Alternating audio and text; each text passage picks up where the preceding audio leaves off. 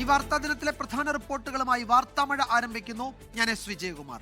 നിയമസഭാ തെരഞ്ഞെടുപ്പിന് നേരത്തെ ഒരുങ്ങാൻ BJP. നാളെ ചേരുന്ന കോർ കമ്മിറ്റി യോഗത്തിൽ പ്രധാന മണ്ഡലങ്ങളിലെ സ്ഥാനാർത്ഥികൾ ആരൊക്കെ എന്നതിൽ അന്തിമ രൂപമായേക്കും. നേമത്ത് രാജീവ് ചന്ദ്രശേഖർ, കഴക്കൂട്ടത്ത് V മുരളീധരൻ, വട്ടിയൂർക്കാവിൽ R ശ്രീലേഖ എന്നിവർക്കാണ് സാധ്യത. ആദ്യഘട്ട സ്ഥാനാർത്ഥി പ്രഖ്യാപനം ഉടനുണ്ടാകും. തദ്ദേശ തെരഞ്ഞെടുപ്പിലെ നേട്ടങ്ങളും കോട്ടങ്ങളും ചർച്ചയാക്കി ഒരു മുഴം മുന്നേ നിയമസഭാ തെരഞ്ഞെടുപ്പിനൊരുങ്ങുകയാണ് BJP. നാളെ തലസ്ഥാനത്ത് ചേരുന്ന കോർ കമ്മിറ്റി യോഗത്തിൽ ആദ്യഘട്ട സ്ഥാനാർത്ഥി പട്ടികയ്ക്ക് അന്തിമ രൂപം നൽകും. Nemom Rajeev Chandrasekhar, Kazhakkoottam V Muraleedharan, K Surendran Manjeshwaram, Kattakada PK Krishnadas, Vattiyoorkavu R Sreelekha എന്നിവർ സാധ്യതാ പട്ടികയിലുണ്ട്. തിരുവനന്തപുരം സെൻട്രൽ G കൃഷ്ണകുമാർ, തിരുവല്ല അനൂപ് ആന്റണി, ചെങ്ങന്നൂർ കുമ്മനം രാജശേഖരൻ, കായംകുളം ശോഭാ സുരേന്ദ്രൻ, പാല ഷോൺ ജോർജ, പാറശാല വിഷ്ണുപുരം ചന്ദ്രശേഖർ എന്നിവരുടെ പേരും പരിഗണനയിലാണ്. A ക്ലാസ് മണ്ഡലങ്ങളിൽ സ്ഥാനാർത്ഥികളെ ഒരാഴ്ചയ്ക്കുള്ളിൽ പ്രഖ്യാപിച്ചേക്കാം. ഈ മാസം മുതൽ വിജയസാധ്യതയുള്ള മണ്ഡലങ്ങളിൽ പ്രചരണം തുടങ്ങാനാണ് BJP തീരുമാനം. തദ്ദേശ തെരഞ്ഞെടുപ്പിൽ വോട്ട് വിഹിതം കൂടിയ മണ്ഡലങ്ങളിലും പ്രമുഖ സ്ഥാനാർത്ഥികൾ മത്സരിക്കാനെത്തും. MG പ്രതീഷ്, 24 തിരുവനന്തപുരം. വിദ്വേഷ പരാമർശങ്ങളിൽ ഉറച്ചും മുസ്ലിം ലീഗിനെ വീണ്ടും കടന്നാക്രമിച്ചും SNDP യോഗം ജനറൽ സെക്രട്ടറി വെള്ളാപ്പള്ളി നടേശൻ. മറ്റൊരു മാറാട് കലാപം സൃഷ്ടിക്കാൻ ലീഗിന് ദുഷ്ടലാക്ക് എന്നാണ് വെള്ളാപ്പള്ളിയുടെ വിമർശനം. ചോദ്യം ചോദിച്ച മാധ്യമപ്രവർത്തകനെ തീവ്രവാദിയെന്ന് വെള്ളാപ്പള്ളി നടേശൻ അധിക്ഷേപിച്ചു. വിഷയത്തിൽ പ്രതികരിക്കേണ്ടതില്ല എന്നാണ് മുസ്ലിം ലീഗ് നിലപാട്. പതിവ് പോലെ കടുത്ത വർഗീയ അധിക്ഷേപ പരാമർശങ്ങൾ നിറഞ്ഞതായിരുന്നു വെള്ളാപ്പള്ളി നടേശന്റെ വാർത്താ സമ്മേളനം. മുസ്ലിം ലീഗിനെതിരെ കടന്നാക്രമണം. മുസ്ലിം സമുദായത്തെ മൊത്തം ഈഴവ സമുദായത്തിന് എതിരാക്കാൻ അങ്ങനെ ഇനിയൊരു മാറാട് കലാപം ഇവിടെ അടുത്ത ഭരണം കിട്ടിയാൽ നടത്തണമെന്നുള്ള ദുഷ്ടലാക്കോടുകൂടി ലീഗിൻ്റെ നേതാക്കന്മാരും പരിശ്രമിക്കുന്നു. LDF സർക്കാരിന്റെ കാലത്ത് സമുദായത്തിന് എന്ത് കിട്ടിയെന്ന ചോദ്യത്തോടെ ഒഴിഞ്ഞുമാറി. ഞാൻ നിങ്ങളുടെ ചോദ്യത്തിന് മറുപടി പറയാനില്ല. കഴിഞ്ഞ ദിവസം ചോദ്യം ചോദിച്ച മാധ്യമപ്രവർത്തകനെ തീവ്രവാദി എന്ന് വിളിച്ചായിരുന്നു വെള്ളാപ്പള്ളിയുടെ അധിക്ഷേപം. മാധ്യമപ്രവർത്തകന്റെ സ്വദേശവും രാഷ്ട്രീയവും എടുത്തു പറഞ്ഞു വിമർശനം. ഈ വന്ന ആളെ എനിക്കറിയാം. റാഹീം ഇരാറ്റുപേട്ടക്കാരനാണ്, MSFന്റെ നേതാവാണ്. അവൻ തീവ്രവാദിയാണ്, മുസ്ലിങ്ങളുടെ വലിയ വക്താവാണ്. ഇതൊക്കെ എനിക്കറിയാം. അയാൾ ആരോ പറഞ്ഞേച്ചതാണ്. ഒരു ചാനൽ ചർച്ചയിൽ വരുമ്പോൾ അതിൽ ഒരു പ്രതിനിധി അവരെത്തുന്നവർ അവരോട് കാണിക്കേണ്ട സാമാന്യ മര്യാദയും പക്വതയും ഒന്നുമില്ലെങ്കിൽ അവൻ്റെ അപ്പുപ്പനാകാനുള്ള പ്രായം എനിക്കില്ലേ? അതിൻ്റേതൊരു മര്യാദയും വേണ്ടേ എന്നോട് സംസാരിക്കാൻ. താൻ പിണറായി വിജയന്റെ ജിഹ്വയല്ലെന്നും പ്രശ്നാധിഷ്ഠിത പിന്തുണ മാത്രമാണ് നൽകുന്നതെന്നും വെള്ളാപ്പള്ളി പറഞ്ഞു. വിവാദ പ്രസ്താവനകളുടെ ചോദ്യങ്ങളോട് പ്രതികരിക്കാതെ വാർത്താ സമ്മേളനം പാതി വഴിയിൽ ഉപേക്ഷിച്ച വെള്ളാപ്പള്ളി മടങ്ങി. പറഞ്ഞതെല്ലാം പറഞ്ഞത് തന്നെ, പറഞ്ഞതിൽ നിന്നും മാറുന്നില്ല. നന്ദി, നമസ്കാരം. 24 ആലപ്പുഴ.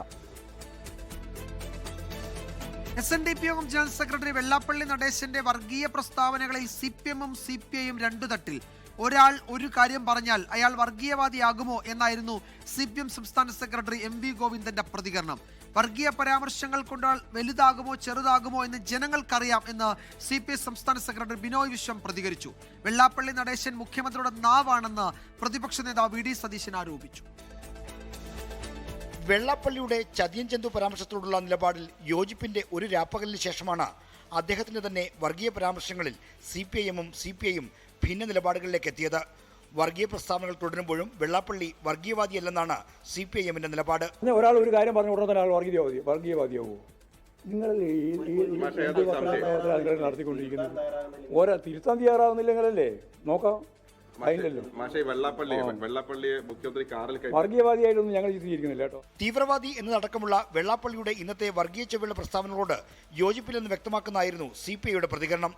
അത്തരം പരാമർശങ്ങൾ കൊണ്ട് ഒരാൾ വലുതാകുമോ ചെറുതാകുമോ എന്ന് എല്ലാവർക്കും ഊഹിക്കാൻ പറ്റും. എല്ലാവർക്കും അത് മനസ്സിലാക്കാനുള്ള കെൽപ്പ് അദ്ദേഹത്തിനും ബന്ധപ്പെട്ടവർക്കും ഉണ്ടാകട്ടെ എന്നാണ് എൻ്റെ ആഗ്രഹം. വെള്ളാപ്പള്ളിയുടെ വർഗീയ പ്രസ്താവനകൾക്ക് പിന്നിൽ മുഖ്യമന്ത്രിയാണെന്നാണ് പ്രതിപക്ഷത്തിന്റെ ആക്ഷേപം. ഈ വർഗീയ പ്രചരണം തെരഞ്ഞെടുപ്പിന് മുമ്പും തെരഞ്ഞെടുപ്പിന് ശേഷവും കേരളത്തിൽ ഉണ്ടാക്കാൻ ശ്രമിക്കുന്നത് മുഖ്യമന്ത്രി പിണറായി വിജയനാണ്. അദ്ദേഹത്തിൻ്റെ നാവായിട്ടാണ് വേറെ ചില ആളുകൾ ഇത് പറയുന്നത്. നിരന്തരം വർഗീയ പരാമർശങ്ങൾ നടത്തുന്ന വെള്ളാപ്പള്ളി നടേശനുമായുള്ള പരിധിപ്പെട്ട ചങ്ങാത്തം തിരഞ്ഞെടുപ്പിൽ തിരിച്ചടിയായെന്നാണ് LDF-ൽ പൊതുവെയുള്ള വിലയിരുത്തൽ. അപ്പോഴാണ് വർഗീയ പരാമർശങ്ങളിൽ LDF-ലെ പ്രധാന പാർട്ടികൾ ഭിന്നിച്ചു നിൽക്കുന്നത്. 24 തിരുവനന്തപുരം.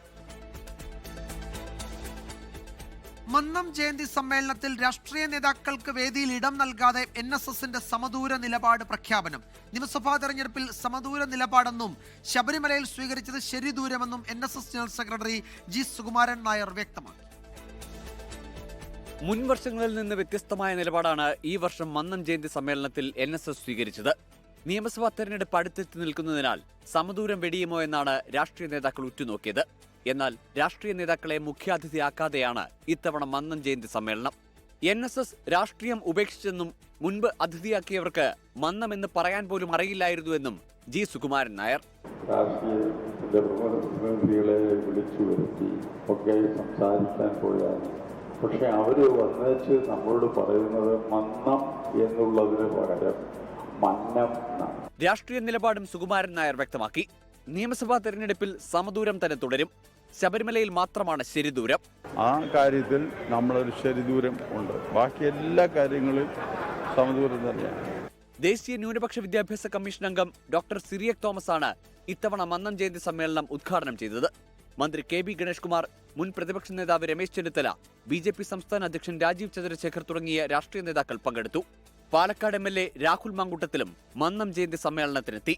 സ്വർണ്ണക്കൊള്ള വിവാദം ആളിക്കത്തി നിൽക്കുമ്പോഴും സർക്കാരിനെ വിമർശിക്കാൻ സുകുമാരൻ നായരും NSSും തയ്യാറായില്ല എന്നതും ശ്രദ്ധേയമായി. കോട്ടയത്ത് നിന്ന് അരുൺ നിണ്ടൂറിനൊപ്പം ടോബി ജോൺസൺ, 24. തൃശൂർ മറ്റത്തൂരിൽ വിമതരെ അനുനയിപ്പിച്ച് കോൺഗ്രസ്. BJP പിന്തുണയിൽ വിജയിച്ച വൈസ് പ്രസിഡന്റ് നൂർജഹാൻ നവാസ് നാളെ രാജിവെക്കും. വിഷയത്തിൽ DCCക്ക് വീഴ്ച പറ്റിയോ എന്ന് KPCC പരിശോധിക്കും. KPCC അധ്യക്ഷൻ നേരിട്ട് നടത്തിയ ചർച്ചയിലാണ് സമവായമുണ്ടായത്. വിമതയായി മത്സരിച്ച ടെസി മാത്യുവിന്റെ പ്രസിഡന്റ് സ്ഥാനം രാജിവെക്കാൻ കഴിയില്ല എന്നായിരുന്നു വിമതപക്ഷത്തിന്റെ പ്രധാന നിർദ്ദേശം. ഇത് അംഗീകരിച്ചുകൊണ്ടാണ് വൈസ് പ്രസിഡന്റ് നൂർജഹാൻ നവാസിനെ രാജിവെപ്പിച്ചുകൊണ്ടുള്ള KPCCയുടെ സമവായം. BJPയുമായി സഖ്യം ചേർന്ന് വോട്ട് ചെയ്ത പഞ്ചായത്ത് അംഗങ്ങൾ തെറ്റ് ഏറ്റുപറയും. ഇവർക്ക് പാർട്ടിയിലേക്ക് തിരിച്ചുവരാനും അവസരമൊരുക്കും. KPCC പ്രസിഡന്റ് ഇടപെട്ട് വിമത വിഭാഗം നേതാക്കളുമായി നടത്തിയ ചർച്ചയിലാണ് തീരുമാനം. സണ്ണി ജോസഫിന്റെ പ്രതിനിധി റോജി M. ജോൺ MLAയുമായി വിമത നേതാവ് TM ചന്ദ്രൻ അടക്കമുള്ളവരാണ് ചർച്ച നടത്തിയത്. വിമത വിഭാഗം നേതാക്കൾ ഉന്നയിച്ച പരാതികളിലും അന്വേഷണം നടത്തും. മറ്റത്തൂരിൽ DCC നേതൃത്വത്തിന് വീഴ്ച പറ്റിയിട്ടുണ്ടോ എന്ന് പരിശോധിക്കുമെന്നും വിമതർക്ക് KPCC ഉറപ്പ് നൽകിയിട്ടുണ്ട്. KPCC പ്രസിഡന്റ്, പ്രതിപക്ഷ നേതാവ്, മുതിർന്ന മറ്റ് കോൺഗ്രസ് നേതാക്കൾ അടക്കമുള്ളവരുമായി നടത്തിയ ചർച്ചയുടെ അടിസ്ഥാനത്തിലാണ് തീരുമാനം. നിയമസഭാ തെരഞ്ഞെടുപ്പിന് മുമ്പായി വയനാട് നടക്കുന്ന ചിന്തൻ ശിബിരിന് മുമ്പ് പ്രശ്നം പരിഹരിക്കണമെന്ന നേതാക്കളുടെ പൊതു അഭിപ്രായത്തിലാണ് ധാരണ. 24 തൃശൂർ. തൃശൂർ വടക്കാഞ്ചേരിയിൽ കൂറുമാറ്റത്തിന് CPIM 50 ലക്ഷം രൂപ കോഴ വാഗ്ദാനം ചെയ്തെന്ന് മുസ്ലിം ലീഗ് സ്വതന്ത്രന്റെ വെളിപ്പെടുത്തലിൽ വിവാദം തുടരുന്നു. ബ്ലോക്ക് പഞ്ചായത്ത് പ്രസിഡന്റ് തെരഞ്ഞെടുപ്പിൽ കൂറുമാറി വോട്ട് ചെയ്യാൻ കോഴ വാഗ്ദാനം ലഭിച്ചെന്ന് ലീഗ് സ്വതന്ത്രൻ EU ജാഫർ പറയുന്ന ഫോൺ സംഭാഷണം പുറത്തുവന്നു. വോട്ടെടുപ്പിന് ശേഷം അംഗത്വം രാജിവെച്ച് മുങ്ങിയ ജാഫർ ഇന്ന് 24ലൂടെ വിവാദത്തിൽ പ്രതികരണവുമായി രംഗത്തെത്തി. സുഹൃത്തിനോട് തമാശയായി പറഞ്ഞത് എന്നാണ് ജാഫറിന്റെ വിശദീകരണം. LDFനും UDFനും 7 അംഗങ്ങൾ വീതമുള്ള ബ്ലോക്ക് പഞ്ചായത്തിൽ പ്രസിഡന്റ് തെരഞ്ഞെടുപ്പിൽ ജാഫർ കൂറുമാറി LDFനാണ് വോട്ട് ചെയ്തത്. വൈസ് പ്രസിഡന്റ് തെരഞ്ഞെടുപ്പിൽ വിട്ടുനിൽക്കുകയും ചെയ്തു. ഇതോടെ ഭരണം LDF പിടിച്ചു. പ്രസിഡന്റ് തെരഞ്ഞെടുപ്പിന് തലേന്ന് EU ജാഫർ വരവൂർ കോൺഗ്രസ് മണ്ഡലം പ്രസിഡന്റ് AA മുസ്തഫയോട് നടത്തിയ സംഭാഷണമാണ് CPIMന് കുരുക്കായത്. 2 ഓപ്ഷൻ CPIM മുന്നോട്ട് വച്ചിട്ടുണ്ട്. ഒന്നുകിൽ ബ്ലോക്ക് പഞ്ചായത്ത് പ്രസിഡന്റ്, അല്ലെങ്കിൽ 50 ലക്ഷം. ഞാനേ എന്റെ ലൈഫ് സെറ്റിലാക്കാൻ വേണ്ടിയിട്ട് ഞാൻ ജീവിക്കുന്നു. അപ്പൊ അത് സെറ്റ് ആവാനുള്ള ഒരു ഓപ്ഷൻ വരികയാണ്. വോട്ടെടുപ്പിന് അടുത്ത ദിവസം 31 വോട്ടിന് തളി ഡിവിഷനിൽ നിന്ന് വിജയിച്ച EU ജാഫർ അംഗത്വം രാജിവെച്ച് മുങ്ങി. ദിവസങ്ങൾക്ക് ശേഷം കോഴ വിവാദത്തിൽ 24ലൂടെ പ്രതികരണവുമായി EU ജാഫർ രംഗത്ത്.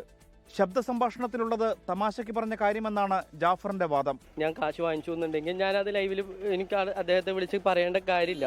കാരണം ഞാനത് വെറുതെ ഒരു ഫ്രണ്ട്ലി ടോക്ക് എന്നുള്ള രീതിയിൽ മാത്രമാണ് ഞാനത് സംസാരിച്ചിട്ടുള്ളൂ. അതിന്റെ അപ്പുറത്തേക്ക് ഒന്നും ഇല്ല. സംഭവത്തിൽ CPIMനെ വിമർശിച്ചും ജാഫറിന്റെ വാദം തള്ളിയും UDF നേതാക്കൾ. അദ്ദേഹം ചെയ്ത നടപടി തെറ്റാണ്. അതുമായി ബന്ധപ്പെട്ട മുഴുവൻ ആളുകളെയും വിളിച്ചത് കൊണ്ടുവരണം എന്ന് തന്നെയാണ് മുസ്ലിം ലീഗിന്റെ അഭിപ്രായം.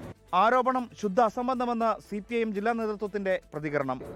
ഒരു തരത്തിലുള്ള കുതിരക്കച്ചവടവും വോട്ട് വാങ്ങലും ഞങ്ങളെ സംബന്ധിച്ച് ഉണ്ടായിട്ടില്ല. ഇതിനിടെ EU ജാഫറിന് CPIM സംരക്ഷണം ഉറപ്പു നൽകുന്ന ശബ്ദ സംഭാഷണം പുറത്തു വന്നു.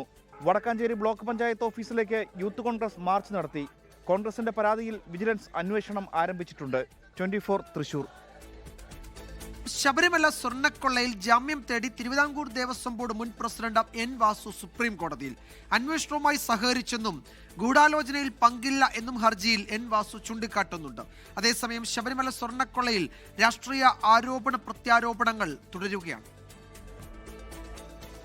അറസ്റ്റിലായി 50 ദിവസം പിന്നിടുമ്പോഴാണ് ജാമ്യാപേക്ഷയുമായി എൻ വാസു സുപ്രീം കോടതിയെ സമീപിച്ചത്. ഗൂഢാലോചനയിൽ പങ്കില്ലെന്ന് ഹർജിയിൽ എൻ വാസു ചൂണ്ടിക്കാട്ടുന്നു. ഹർജി ഈ ആഴ്ച കോടതി പരിഗണിച്ചേക്കും. അതേസമയം സ്വർണ്ണക്കൊള്ളക്കേസിൽ ഭരണ പ്രതിപക്ഷ പോര് തുടരുകയാണ്.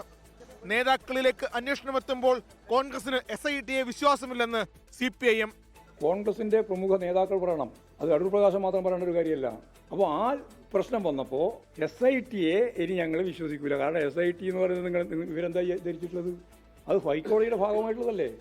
ഹൈക്കോടതി പറയട്ടെ, ഇത് ഇവിടെ നിൽക്കില്ല, അപ്പോൾ വേറെ അന്വേഷിച്ചോട്ടെ, ഞങ്ങൾക്ക് എന്താ കുഴപ്പം? കേസിൽ UDF കൺവീനർ അടൂർ പ്രകാശിനെ ചോദ്യം ചെയ്യുന്നവർ മുഖ്യമന്ത്രി പിണറായി വിജയനെയും ചോദ്യം ചെയ്യണമെന്ന് പ്രതിപക്ഷ നേതാവ്. ഉണ്ണികൃഷ്ണൻ പോറ്റിയുടെ കൂടെ നിന്ന് ഫോട്ടോ ഉള്ളതിന്റെ പേരിൽ അടൂർ പ്രകാശനെ നിങ്ങൾ ചോദ്യം ചെയ്യുകയാണെങ്കിൽ ഉറപ്പായിട്ട് പിണറായി വിജയനെയും ചോദ്യം ചെയ്യണം. ആ പോറ്റിയുടെ കൂടെ ഉണ്ട്, പോറ്റിയുടെ കൂടെ പിണറായി വിജയനും ഉണ്ട്. ഇതിനിടെ LDFനെയും UDFനെയും കുറ്റപ്പെടുത്തി പാരഡി ഗാനവുമായാണ് BJP നേതാവ് K സുരേന്ദ്രൻ രംഗത്തെത്തിയത്. സ്വർണം കട്ടവൻ ആരപ്പ, സഖാക്കളാണ് അയ്യപ്പ. സ്വർണം വിറ്റത് ആർക്കപ്പ, കോൺഗ്രസിനാണ് അയ്യപ്പ. ലാഭം കൊയ്തത് ആരൊക്കെ, ഇന്ത്യ മുന്നണി ഒറ്റക്ക്. അന്വേഷണത്തിൽ പൂർണ്ണ തൃപ്തനെന്നായിരുന്നു SNDP യോഗം ജനറൽ സെക്രട്ടറി വെള്ളാപ്പള്ളി നടേശന്റെ പ്രതികരണം. 24 തിരുവനന്തപുരം. ദേശീയപാത നിർമ്മാണത്തിനിടെ കോഴിക്കോട് തിരുവങ്ങൂരിൽ കോൺക്രീറ്റ് സ്ലാബ് പൊട്ടിവീണു. ക്രെയിൻ ഉപയോഗിച്ച് സ്ലാബ് ഉയർത്തുന്നതിനിടയിലാണ് സർവീസ് റോഡിലേക്ക് പതിച്ചത്. ജില്ലാ കളക്ടർ സ്ഥലം സന്ദർശിക്കണമെന്ന് കോൺഗ്രസ് ആവശ്യപ്പെട്ടു. ഉച്ചയ്ക്ക് 12:55 സംഭവം. ക്രെയിൻ ഉപയോഗിച്ച് സ്ലാബ് ഉയർത്തുകയായിരുന്നു. ഇതിനിടെ സ്ലാബിൽ കെട്ടിയ കയർ പൊട്ടി വീഴുകയായിരുന്നു. സംഭവിച്ചത് ഒരാളുടെ മേലെ സ്ലാബ് ഇടുന്ന ടൈമിന് കയർ പൊട്ടിയിട്ട് താഴെ വീണ, ക്രെയിമിന് താഴെ വീണ. ഒരു 5 മിനിറ്റ് കൂടെ കഴിഞ്ഞിട്ടാണ് വീകുന്നെങ്കിൽ വാഹനം ഫുള്ളായിട്ടുണ്ടായിരുന്നു.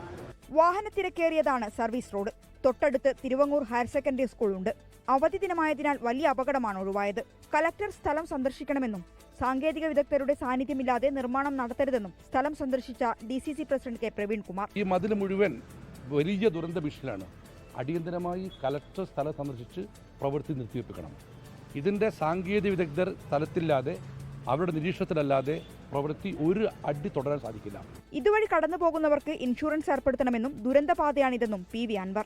സത്യത്തിൽ ഇതിനെന്ത് പരിഹാരം ചോദിച്ചാൽ ഒരു സ്പെഷ്യൽ ഇൻഷുറൻസ് ഇവിടെ ഏർപ്പെടുത്തേണ്ടി വരും. അതായത് നാഷണൽ ഹൈവേൻ്റെ സൈഡിലൂടെ നടന്നു പോകുന്നവർ കൂടി പ്രൊട്ടക്ഷൻ കിട്ടുന്ന രീതിയിൽ ഒരു പ്രത്യേക ഇൻഷുറൻസ് പദ്ധതി കേരളത്തിൽ ആവിഷ്കരിക്കാതെ വലിയ ദുരന്തം, ഇതൊക്കെ ഒരു തലനാരിഴയ്ക്ക് രക്ഷപ്പെടും.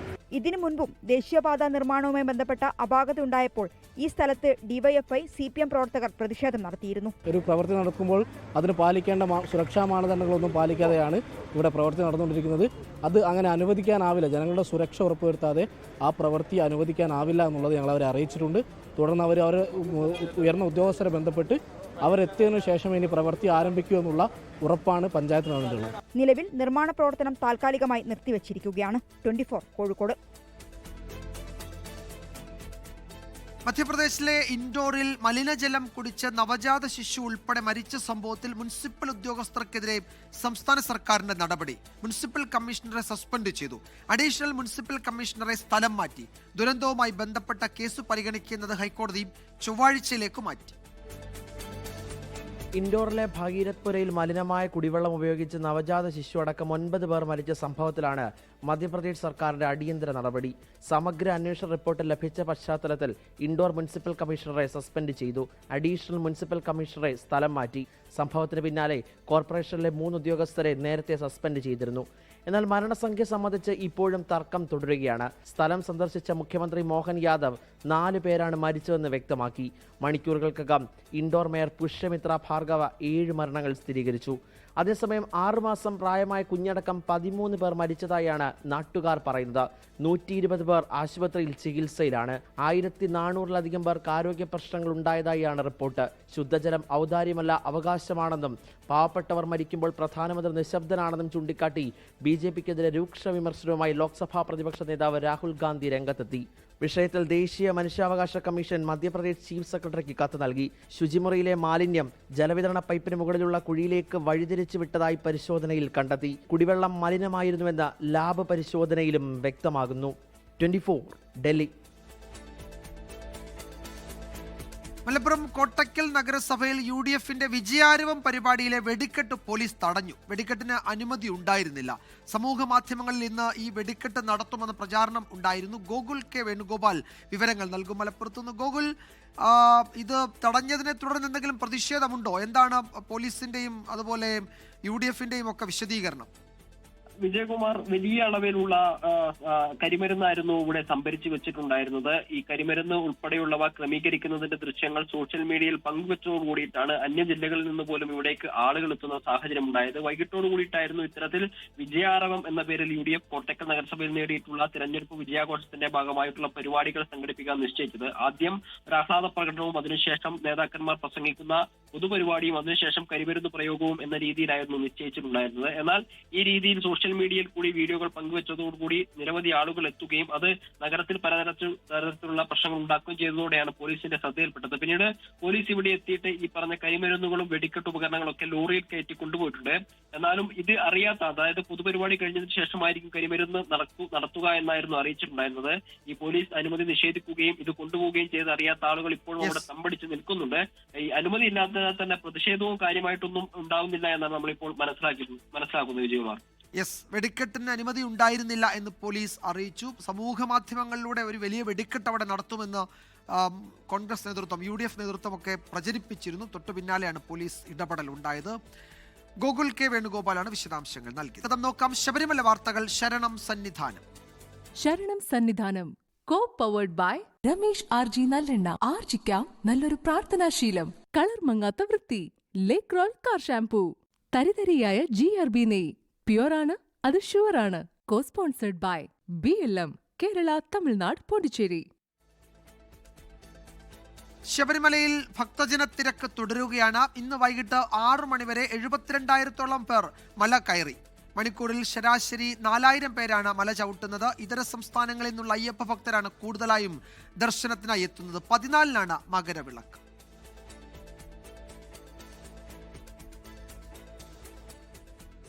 റിപ്പോർട്ടോടെ വാർത്താമഴി അവസാനിക്കുന്നു. നാളെ വീണ്ടും കാണാം. ലോകത്തെവിടെയായാലും ഏത് സമയത്തും 24 വാർത്തകളും ഓഗ്മെന്റഡ് റിയാലിറ്റി പാക്കേജുകളും എക്സ്പ്ലെയിനറുകളും വിശദമായി കാണാൻ ഞങ്ങളുടെ YouTube ചാനൽ നിങ്ങൾക്ക് സബ്സ്ക്രൈബ് ചെയ്യാം.